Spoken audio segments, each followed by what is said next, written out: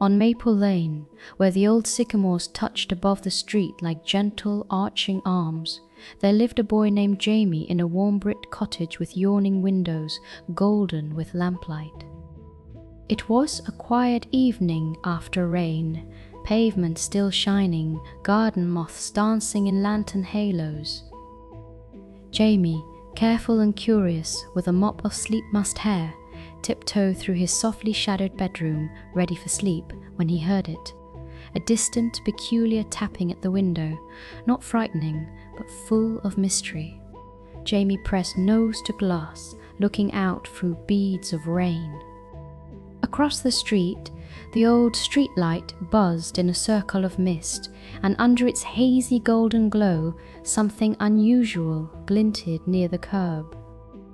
Not a cat or a bicycle, smaller, flickering silver in the puddles, reflection.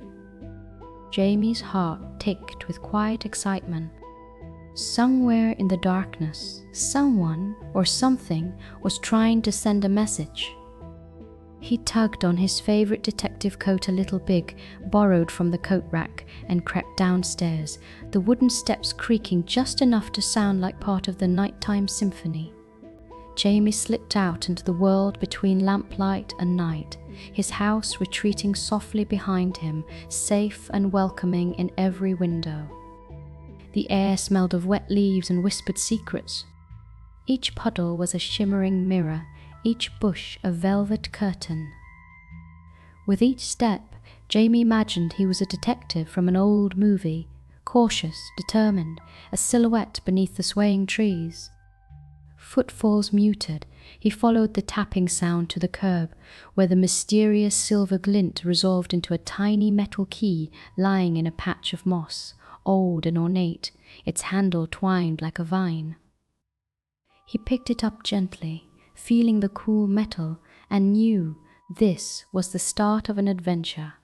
Holding the key, Jamie looked up and noticed something unusual. A faint, blinking light from behind the backyard fences at Mrs. Keene's house, almost hidden by climbing ivy and the clouded glass of her garden. She would. A duck quacked softly nearby, as if agreeing that it, too, felt the strangeness.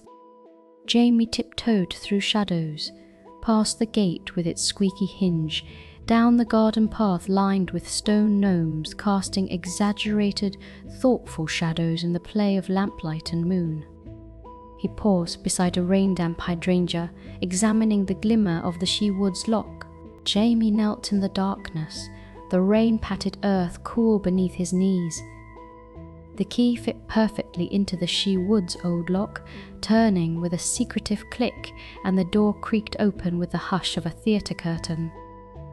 Inside, the world was transformed, a labyrinth of dusty boxes, glinting tools, shimmering jars, and the homemade inventions of Mrs. Keene, a clock that ran backward, a birdcage full of origami cranes, a jumble of snow globes and painted magnifying glasses.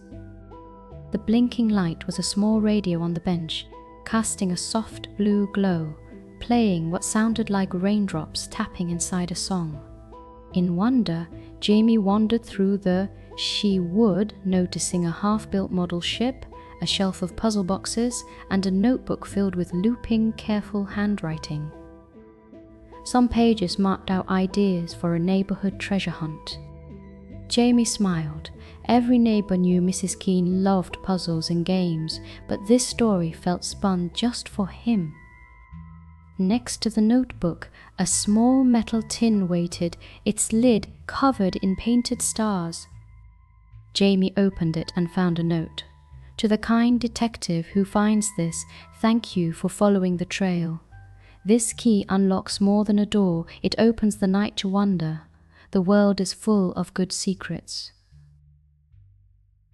Sleep soundly, little wanderer.